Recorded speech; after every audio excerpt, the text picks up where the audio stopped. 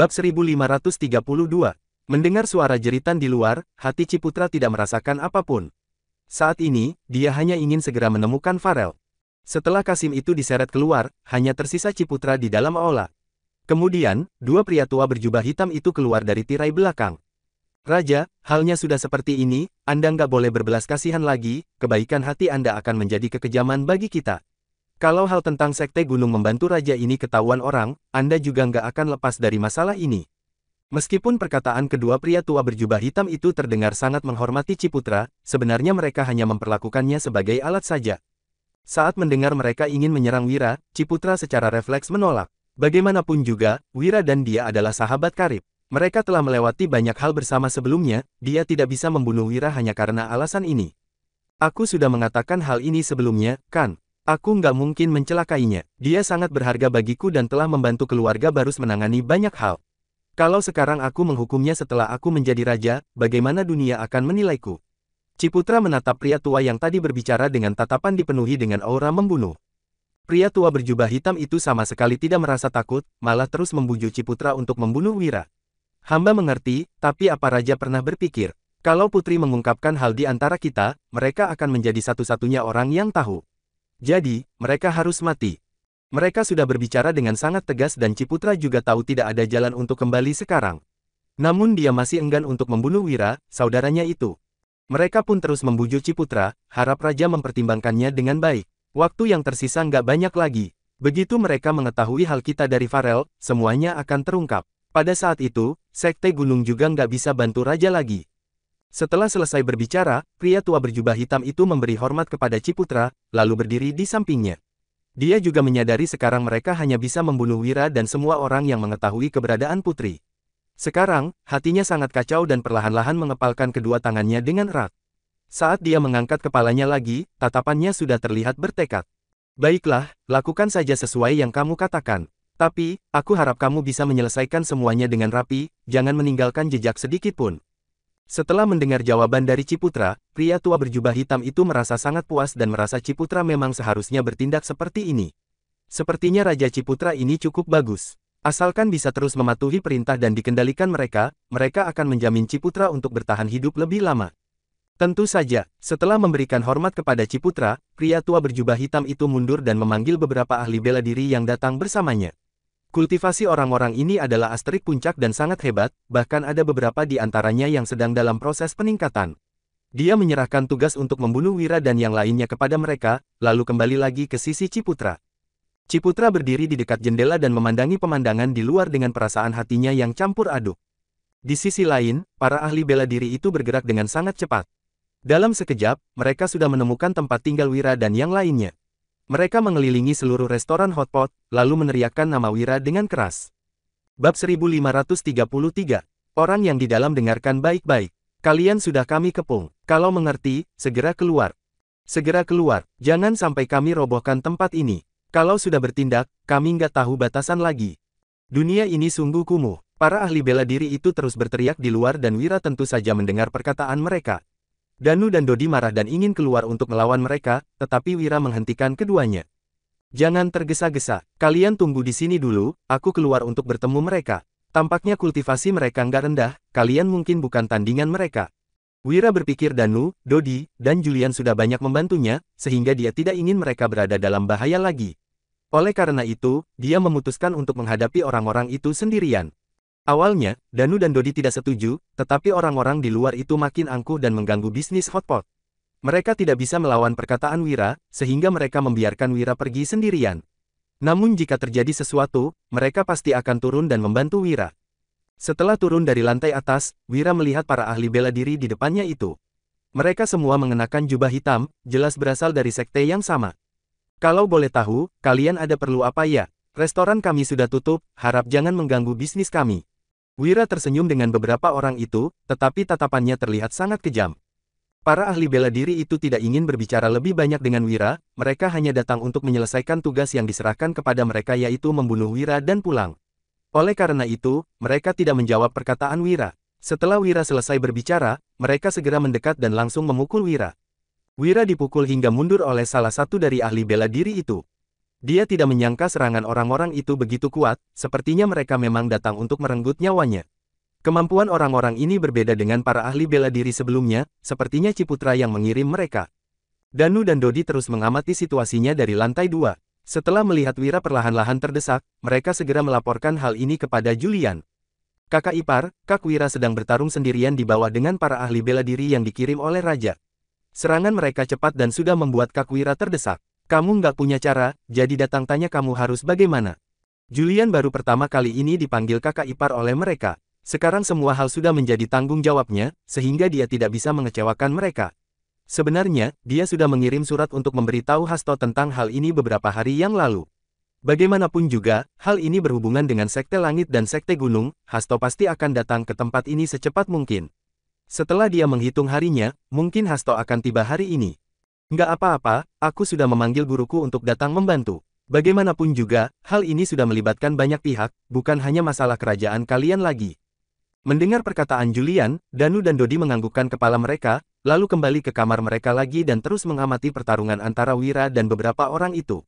Hati mereka merasa gelisah dan sangat ingin pergi membantu Wira, tetapi mereka tidak ingin merepotkan Wira juga. Julian sangat mengkhawatirkan Wira dan berencana untuk meninggalkan Farel di kamar. Situasi Farel tampaknya sudah mulai stabil dan pasti akan segera tertidur. Setelah selesai membujuk Farel, dia kembali bergabung dengan Danu dan Dodi di kamar sebelumnya dan melihat situasi Wira di lantai bawah melalui jendela. Kalian tetap di sini saja. Kalau ada situasi khusus, segera laporkan pada kami. Aku akan turun untuk membantu. Tuan, bab 1534. Setelah selesai berbicara, Julian langsung meloncat ke bawah melalui jendela dan memanfaatkan karung di samping untuk mendarat di lantai dengan stabil. Tuan, aku akan membantumu. Sekarang kultivasi Julian dan Wira sama, sehingga kekuatan mereka meningkat jika keduanya bekerja sama. Wira memang tidak ingin Julian terlibat, tetapi situasinya sudah seperti ini dan dia tidak punya pilihan lain. Kamu pasti gadis suci dari Sekte Langit, kan? Benar-benar tak disangka, gadis suci dari Sekte Langit malah menikah dengan pria dari dunia luar. Aku pikir gadis suci dari Sekte Langit begitu mulia, ternyata malah menikah dengan pria sembarangan. Fisik bulan dinginmu sudah sembuh. Apa kamu puas dengan malam pertamamu? Wira berpikir mengapa orang-orang ini bisa tahu Julian adalah gadis suci dari Sekte Langit, karena tidak ada yang tahu tentang hal ini lagi selain Wira dan yang lainnya. Ini juga pertama kalinya mereka bertemu. Apakah Ciputra yang memberitahu hal ini kepada mereka? Mendengar penghinaan mereka terhadap Julian, tatapan Wira perlahan-lahan menjadi ganas dan berpikir orang-orang ini benar-benar tidak tahu diri. Kebetulan tadi dia sudah mengisi penuh peluru di pistolnya, sekarang adalah saatnya untuk menunjukkan kemampuannya. Julian tiba-tiba maju dan bertarung dengan mereka, sedangkan Wira di belakangnya menyerang dengan pistol. Namun kemampuan orang-orang ini terlalu kuat, dia dan Julian bergabung pun tetap masih bukan tandingan mereka. Saat keduanya sudah hampir tidak bisa bertahan, sebuah pedang tiba-tiba mendarat dari langit dan memisahkan kedua belah pihak itu. Saat menatap ke seberang, Wira melihat Hasto sedang menunggangi kuda dan perlahan-lahan melintas di depan mereka. Hasto mencabut pedangnya, lalu menatap orang-orang di depan dengan tatapan yang ganas. Hanya dengan kekuatan kalian saja pun sudah berani menyentuh muridku, sepertinya kalian sudah bosan hidup. Hasto mengatakan beberapa kata dan beberapa orang di depan itu masih ingin memberontak, tetapi semuanya langsung diserang Hasto dengan satu serangan dan hampir kehilangan kepala mereka. Mereka semua berbaring di lantai dan menangis kesakitan. Melihat kedatangan Hasto, Wira tidak terkejut. Dia tahu Julian selalu melakukan segalanya dengan hati-hati dan pasti sudah mempertimbangkan hal ini. Ini juga alasannya setuju untuk membiarkan Julian untuk bergabung dalam pertarungan daripada tetap tinggal di atas dan melihatnya bertarung sendirian. Ini semua untuk mengulur waktu hingga Hasto tiba. Hasto perlahan-lahan mendekati para ahli bela diri itu. Dia merasa sangat familiar saat melihat wajah mereka. Kemudian, dia membantai semua saudara-saudara di hadapan salah satu ahli itu. Ahli bela diri itu juga tidak menyangka Hasto begitu sadis. Dia buru-buru mundur sambil memegang kepalanya dan ingin meninggalkan tempat itu, tetapi dia tetap tidak bisa kabur. Tidak peduli kemana dia pergi, Hasto selalu muncul di hadapannya. Kamu adalah orang dari Sekte Gunung ya? Ya, Pak, tolong ampuni aku. Aku bersedia menjawab semua pertanyaanmu. Orang itu berlutut di depan Hasto dan terus memohon ampun. Bab 1535. Setelah mendengar jawaban itu, ekspresi Hasto menjadi serius. Dia benar-benar tidak menyangka orang dari Sekte Gunung ini berani sekali terlibat dalam urusan kerajaan. Apakah mereka lupa dengan kesepakatan mereka sebelumnya? Orang di depan itu masih terus memohon ampun, tetapi Hasto tidak ingin membiarkan orang ini tetap hidup. Bagaimanapun juga, semua orang di Sekte Gunung ini jahat. Mereka sudah melupakan kesepakatan sebelumnya dan sengaja datang ke kerajaan untuk mengacaukan situasinya. Dalam sekejap, pedang memotong tenggorokan dan ahli bela diri itu langsung mati, menunjukkan kemampuan Hasto yang sangat luar biasa. Setelah menyelesaikan semua orang itu, dia kembali ke hadapan Wira dan Julian. Kenapa sudah terjadi hal yang begitu besar baru bilang padaku? Ekspresi Hasto terlihat serius. Bagaimanapun juga, hal ini berhubungan dengan Sekte Gunung, Sekte Langit, dan dunia luar, sehingga tidak boleh ditunda. Guru, kami juga baru tahu tentang hal ini dan butuh waktu beberapa hari untuk mengirim surat. Jadi harap guru memakluminya. Mendengar perkataan Julian, Hasto meredakan emosinya, lalu kembali ke lantai atas bersama Wira dan yang lainnya. Setelah bangun dan menyadari tidak ada orang di kamar, Farel berlari keluar kamar dengan panik dan bertabrakan dengan mereka yang kebetulan baru kembali ke lantai. Atas itu, Tuan, kalian pergi kemana tadi? Apa kakak mengirim orang untuk datang membunuh kita? Apa yang harus kita lakukan sekarang? Kita harus pergi kemana? Farel terlihat sangat ketakutan, sehingga Wira mengelus belakang kepalanya dengan lembut sebagai isyarat jangan takut. Dia sudah menyelamatkan Farel keluar, dia pasti akan bertanggung jawab sepenuhnya dan tidak akan membiarkan Ciputra menangkap Farel pulang. Kamu jangan takut, ayo ikut bersama kita. Mendengar perkataan Wira, Farel menganggukkan kepalanya, lalu berjalan ke sisi Julian. Sekarang, dia sudah sangat bergantung dengan Julian. Setelah semuanya kembali ke kamar tadi, Wira melihat ada Julian, Farel, Danu, Dodi, dan Hasto di dalam kamar itu, benar-benar lengkap. Farel, kamu juga sudah lihat, semuanya ada di sini. Kalau ada sesuatu yang kamu sembunyikan, katakan saja dengan berani. Kami pasti akan membantumu, aku juga akan menangani hal ini hingga selesai. Tenang saja. Wira ingin Farel mengatakan semua yang diketahuinya, tetapi anak ini agak penakut dan butuh sedikit dorongan. Farel menatap Wira dengan bingung, karena dia tidak tahu mengapa Wira berkata seperti itu. Apakah dia seharusnya mengetahui sesuatu? Melihat ekspresi Farel yang bingung, Wira menjelaskan, kenapa kamu bisa dikurung Ciputra di istana. Saat Wira mengajukan pertanyaan itu, semua orang menatap Farel dengan serius. Farel merasa cemas, karena tidak mengerti mengapa semua orang mengajukan pertanyaan ini kepadanya. Tuan, aku nggak tahu kenapa aku bisa dikurung. Saat Farel mengatakan itu dengan nada pelan, semua orang terkejut. Farel ini adalah seorang putri, tetapi dikurung tanpa sebuah alasan. Bagaimana mungkin? Bab 1536. Farel, kamu nggak perlu takut, nggak ada orang kakakmu di sini. Kalau ada yang ingin kamu katakan, katakan saja dengan berani. Kita pasti akan menolongmu. Benar, Farel, kamu anggap saja kami ini temanmu, katakan saja dengan berani. Nona, kamu nggak perlu takut. Apa yang sebenarnya mereka lakukan di istana, kamu katakan dengan cermat. Kita pasti akan menolongmu. Semuanya mengira Farel ketakutan, sehingga tidak berani mengungkapkan kebenarannya dan mereka semua mengelilinginya untuk menghiburnya. Namun, ekspresi Farel tetap terlihat bingung, karena dia benar-benar tidak tahu. Jika tahu, dia pasti sudah mengatakannya. Aku benar-benar minta maaf. Kalau aku tahu, aku pasti akan mengatakannya. Tapi, aku juga nggak mengerti kenapa kakak mengurungku. Farel mengangkat kepalanya dengan ekspresi tegas. Dia benar-benar tidak berbohong, dia mengatakan yang sebenarnya. Hal ini mengejutkan semua orang di ruangan. Seorang putri malah dikurung dengan tanpa alasan, mungkin saja ada alasannya, hanya saja Farel tidak tahu. Merasa tidak mendapatkan informasi apapun tentang pertanyaan ini, Wira berencana untuk menanyai Farel tentang hal lain.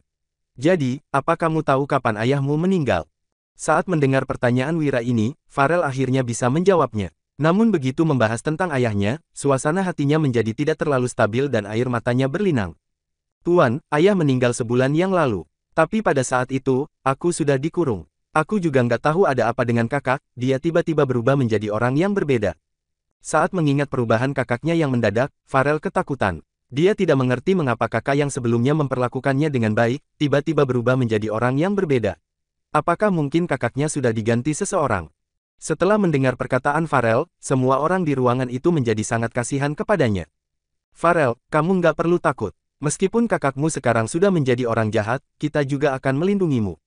Benar, Farel, Kak Wira sudah menyuruh kita membawa ke sini dan kelak kita pasti akan melindungimu, jadi kamu nggak perlu takut. Aku tahu kamu sangat sedih karena ayahmu sudah meninggal, kami akan menemanimu. Gadis kecil, kamu manis sekali, aku sangat suka. Kalau kelak kamu nggak ada tempat tinggal, kamu jadi muridku saja. Bagaimana? Semua orang terus menghibur Farel untuk menenangkan perasaannya, bahkan Hasto juga ikut berbicara. Melihat semua orang terus mengelilingi Farel, hati Wira sebenarnya mulai berspekulasi. Farel, kamu jangan membenci kakakmu, pasti ada alasannya kenapa kakakmu berbuat seperti ini. Aku rasa dia pasti melakukan ini untuk melindungimu, makanya dia mengurungmu. Saat Wira mengatakan ini, semua orang merasa sangat terkejut dan tidak mengerti mengapa Wira bisa berkata seperti ini. Bukankah kepribadian Ciputra berubah drastis hingga saat menjadi raja langsung mengurung adiknya agar bisa menikmati segalanya sendirian? Mengapa sekarang Wira malah berkata Ciputra melakukan itu untuk melindungi adiknya? Kak Wira, kenapa kamu berkata seperti ini? Pasti ada alasannya, kan? Wira, apa kamu mengetahui sesuatu? Kalau tahu, segera katakan. Jangan buat orang penasaran lagi. Semua orang bertanya-tanya bagaimana Wira bisa tahu Ciputra melakukan ini untuk melindungi Farel.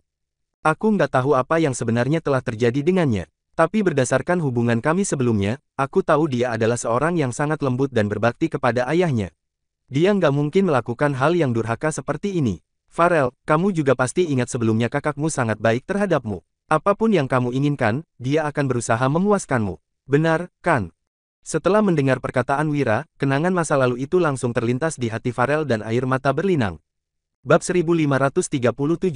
Memang benar apa yang dikatakan Wira. Sebelumnya, Ciputra memperlakukan Farel dengan sangat baik, pasti ada alasannya mengapa kepribadian Ciputra langsung berubah drastis dalam semalam. Semua orang merasa sangat terkejut karena tidak menyangka Wira akan berpikir sejauh itu. Mereka semua pun tidak terpikirkan bahwa ada rahasia yang sulit diungkapkan di balik tindakan Ciputra. Bagaimanapun juga, mereka dilahirkan di keluarga raja. Tidak mungkin tidak memiliki ambisi dan tunduk pada seseorang begitu saja. Namun sekarang, sepertinya Ciputra mungkin pengecualian. Ternyata seperti ini, mungkin Ciputra sekarang juga sangat menderita. Dia terpaksa mengurung adiknya dan sekarang harus berpura-pura terlihat kejam. Danu selalu mengagumi orang seperti ini. Kalau kelak Ciputra dalam masalah dan minta tolong kepada kita, bos harus menolongnya ya. Awalnya semua orang tidak mengerti mengapa Ciputra melakukan hal ini, tetapi mereka mulai mengerti setelah mendengar penjelasan Wira. Mendengar perkataan Danu, Wira tersenyum. Ciputra adalah saudaranya, dia tidak mungkin mengabaikannya jika terjadi sesuatu dengan Ciputra. Setelah merenungkannya dengan tenang sejenak, Farel bertanya, "Tuan, kenapa kakakku bisa berubah jadi seperti ini? Siapa yang terlibat dalam hal ini?" Farel berpikir pasti ada seseorang yang mengancam kakaknya atau menggunakan sesuatu untuk memengaruhi kakaknya, sehingga kakaknya terpaksa melakukan hal-hal ini. Benar, kalau dilihat dari para ahli bela diri yang menyerang kita tadi, kita tahu Sekte Gunung sudah terlibat dalam hal ini. Mereka ingin mengendalikan kerajaan. Setelah selesai berbicara, Wira menyadari ekspresi Farel terlihat bingung. Pada saat itu, dia baru ingat tidak banyak orang yang tahu tentang Sekte Gunung dan Sekte Langit, mereka juga tidak pernah menunjukkan diri mereka. Sekte Gunung dan Sekte Langit adalah kelompok bela diri dan punya banyak ahli bela diri. Keterlibatan mereka kali ini dalam urusan kerajaan, kemungkinan besar karena keserakahan mereka dan ingin mencapai tujuan mereka melalui Ciputra. Setelah mendengar penjelasan Wira tentang Sekte Gunung, Farel menganggukkan kepalanya. Sekte Gunung ini sungguh berani. Jelas-jelas, kita sudah sepakat untuk nggak terlibat dalam urusan kerajaan. Sekarang, justru mereka yang membatalkan kesepakatan itu dan diam-diam bertindak. Setelah kembali nanti, aku pasti akan melaporkan hal ini kepada Tuan Juna. Hasto sudah lama tidak berbicara. Saat ini, dia merasa sangat marah dan ekspresi terlihat sangat membenci Sekte Gunung. Dia sangat ingin menyerang Sekte Gunung sekarang dan membantai semuanya. Namun, dia juga mengerti ini bukan saatnya. Dia harus menyimpan energinya terlebih dahulu dan baru menghabisi mereka nanti. Kak Hasto, tolong kirim surat dan beritahu hal ini kepada Tuan Juna agar dia nggak bertindak gegabah dulu, kata Wira secara mendadak. Setelah berpikir sejenak, Hasto pun menyetujuinya. Awalnya dia berencana untuk memberitahu hal ini kepada Juna setelah pulang nanti, tetapi sebaiknya memberitahu Juna dulu sekarang. Tujuannya adalah agar Juna bisa bersiap-siap terlebih dahulu dan ada yang membantu juga jika nanti terjadi pertarungan. Saat mendengar penjelasan Wira tentang hal kali ini, Danu tiba-tiba teringat sesuatu dan buru-buru berkata, "Kak Wira, kita sudah menyelamatkan Putri Farel dari istana, sekarang Ciputra pasti mencari kita di seluruh jalanan dan pasukan mungkin akan segera tiba. Apa kita segera pindah dari sini sekarang?" "Benar, Kak Wira. Apa yang dikatakan Danu benar, sebaiknya kita segera pindah. Kalau tetap tinggal di sini, kita mungkin nggak bisa kabur lagi saat pasukan tiba dan mengelilingi tempat ini." "Nggak apa-apa, dilihat dari situasi sekarang, kita masih bisa tinggal di sini beberapa hari lagi." Meskipun Ciputra mengurung adiknya dan melakukan banyak tindakan yang sulit dimengerti, itu juga karena dia dipaksa seseorang. Dia mungkin merasa sangat senang saat melihat kita sudah berhasil menyelamatkan adiknya. Wira sudah mengenal Ciputra begitu lama dan melewati begitu banyak hal, sehingga dia tentu saja mengerti kepribadian dan apa yang sedang dipikirkan Ciputra.